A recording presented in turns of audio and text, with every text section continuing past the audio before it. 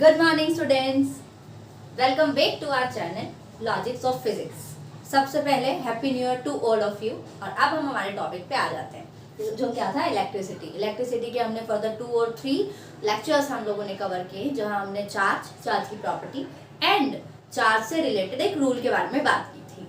अब हम लोग इसके आगे बढ़ेंगे, ठीक है। हम लोगों ने जहां स्टार्टिंग में फर्स्ट लेक्चर में देखा था कि हम लोगों ने इलेक्ट्रिसिटी को 2 वर्ड्स में डिवाइड किया था, इलेक्ट्रॉन्स एंड सिटी। जहाँ इलेक्ट्रॉन्स को हम लोगों ने चार्ज टर्म से पढ़ा था, और मैंने आपको फर्स्ट लेक्चर में ही ये भी बोला था कि जो चार्ज है, ठीक है, वो इस इलेक्ट्रिसिटी में, इस सिटी में किस स्टेट में होता है, 2 स्टेट में होता है, या तो वो रेस्ट पे होता है या मोशन में होता है, यही तो होता है ना। तो अब देखो, मैंने आपको बोला कि वो 2 स्टेट में होता है, तो इसी स्टेट के बेसिस पे हम लोग क्या करेंगे, इलेक्ट्रिसिटी को फर्दर 2 टाइप्स में डिवाइड करेंगे। यस, इलेक्ट्रिसिटी 2 टाइप्स की होती है on the basis of state of charge, ठीक है। तो इलेक्ट्रिसिटी के जो 2 टाइप्स है वो कौन कौन से हैं, एक तो static electricity and second is current electricity. तो अब हम इनके बारे में डिटेल में पढ़ने वाले हैं। तो मैंने जैसे कि अभी बताया आपको, इलेक्ट्रिसिटी के 2 टाइप्स होते हैं और 2 टाइप क्लियर है। फर्स्ट है स्टैटिक इलेक्ट्रिसिटी एंड सेकंड है करंट इलेक्ट्रिसिटी। स्टैटिक इलेक्ट्रिसिटी आपके सिलेबस में उतना ज़्यादा नहीं है, हम लोग आगे जितने भी टॉपिक्स पढ़ेंगे सारी करंट इलेक्ट्रिसिटी से रिलेटेड पढ़ने वाले, ठीक है।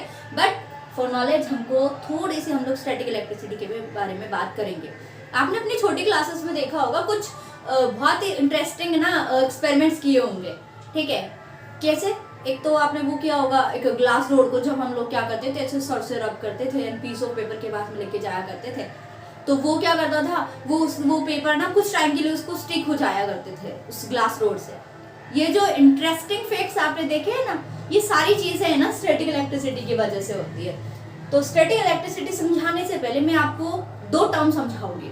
हम लोगों ने वैसे समझी हुई है, हमारी प्रीवियस क्लासेस में हम लोग इनके बारे में पढ़ के आए हैं, बट नहीं पढ़ के आए हो तो फिर मैं यहाँ बता देती हूँ, ठीक है। तो जो हमारे मेटल्स होते हैं on the basis of conductivity, बेटा वो 2 टाइप्स के होते हैं, ठीक है, इंसुलेटर्स एंड कंडक्टर्स, ठीक है। इंसुलेटर्स जो होते हैं उनको बेसिकली मेनली हम लोग ये कह सकते हैं कि नॉन मेटल्स होते हैं, ठीक है। और जो कंडक्टर्स हैं वो सारे क्या हैं बेटा, मेटल्स हैं। जो हमारे नॉन मेटल्स होते हैं ना, इनको हम लोगों ने इंसुलेटर क्यों बोल दिया, क्योंकि हमारे जो नॉन मेटल्स होते हैं ना, जितने भी नॉन मेटल्स है, कोई भी एक एग्जांपल आप बोल लो, उस नॉन मेटल के आउटरमोस्ट शेल में क्या होता है बेटा, फ्री इलेक्ट्रॉन्स प्रेजेंट नहीं होते। मैं आपको एक एग्जांपल से बता देती हूँ। ऑक्सीजन मान लो आप, ठीक है। तो ऑक्सीजन के आउटरमोस्ट शेल, एक ऑक्सीजन का सबसे पहले इलेक्ट्रॉनिक कॉन्फ़िगरेशन देखो कितना, सबसे पहले एटॉमिक नंबर बताओ मुझे, कितना होता है, 8 होता है, ठीक है, 8। और एटॉमिक कॉन्फ़िगरेशन बात करें तो 2 6। इसका अगर मैं एटॉमिक ये अगर स्ट्रक्चर बताऊं, ये 6 है, तो देखो 2 इलेक्ट्रॉन्स इसके फर्स्ट वाले शेल में एंड 6 इलेक्ट्रॉन्स इसके ये सेकंड वाले शेल में, 4 एंड 2 6 इलेक्ट्रॉन दिख रहे हैं आपको। यहाँ पर अभी भी ये अगर है ना ऑक्टेट रूल को फॉलो करें तो यहाँ पे 2 इलेक्ट्रॉन्स की नीड है। यहाँ पे आपको कोई भी इलेक्ट्रॉन्स फ्री नहीं नजर आ रहा है। बट बात करें हम मेटल्स में, और मेटल्स में अगर मैं एग्जांपल लूँ, सोडियम का ले लेते हैं हम लोग, तो सोडियम का एटॉमिक नंबर कितना होता है बेटा, 11 होता है। इसका एटॉमिक कॉन्फ़िगरेशन कितना होगा बेटा, 2 8, कितने बचे बताओ, 2 8 10 हो गए ना, तो 1 बच गया। अब इसका मैं वही वाला स्ट्रक्चर बताऊं तो ये देखो, फर्स्ट शेल, सॉरी न्यूक्लियस है, ये first shell 2 electron, second shell कितने हैं, 8 इलेक्ट्रॉन कर दें, 2 3 4 5 6 7 8। क्या कंप्लीट हो गया क्या, नहीं, 1 इलेक्ट्रॉन और बचा है, तो फिर क्या करना पड़ेगा, एक और शेल बनाना पड़ेगा। अब देखो, अब तुमको क्लियरली दिखाई दे रहा है कि यहाँ पर हमारा है ना, ये भी फुल है, स्टेबल है, बट ये आउटर मोस्ट शेल जो इसका है उसमें 1 इलेक्ट्रॉन क्या है, एक्स्ट्रा है। अगर हम इस 1 इलेक्ट्रॉन को बाहर निकाल देना तो ये क्या हो जाएगा, ये स्टेबल हो जाएगा। और यही करते, इस 1 इलेक्ट्रॉन को क्या कर दिया जाता है, इस एटम से बाहर निकाल दिया जाता है। ऐसा नहीं है ऐसे निकाल दिया, वो रिएक्शंस होती है, ठीक है। बट ये 1 इलेक्ट्रॉन क्या है, अब फ्री है, और ये फ्री इलेक्ट्रॉन क्या करता है, इलेक्ट्रिसिटी को कंडक्ट करता है। इलेक्ट्रिसिटी क्या है बेटा, इलेक्ट्रिसिटी एक एनर्जी है। जो एनर्जी क्या होती है, इन इलेक्ट्रॉन्स को थ्रू क्या होती है, पास होती है, या हम ये कह सकते हैं कि इन इलेक्ट्रॉन्स की मूवमेंट की वजह से प्रोड्यूस होती है। अब ये इलेक्ट्रॉन तो मूव कर सकता है, बिल्कुल कर सकता है, ये फ्री है, देख लो आप। पर इनके इन इलेक्ट्रॉन्स के बारे में क्या, ये तो मूव कर ही नहीं सकते क्योंकि ये फ्री नहीं है ना।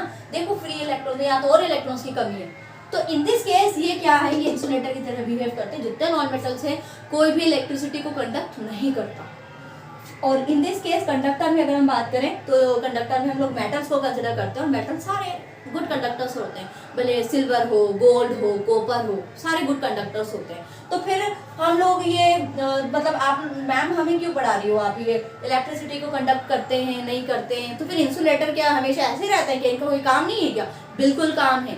पता है ये भी इलेक्ट्रिसिटी कंडक्ट करते हैं पर फोर्सफुली कैसे? मैंने आपको बताया था कि हमारे इलेक्ट्रॉन्स के शहर में बहुत बार तो ये मूव करेंगे और बहुत बार नहीं करेंगे, तो हम लोग धक्का देके मूव करवाएंगे।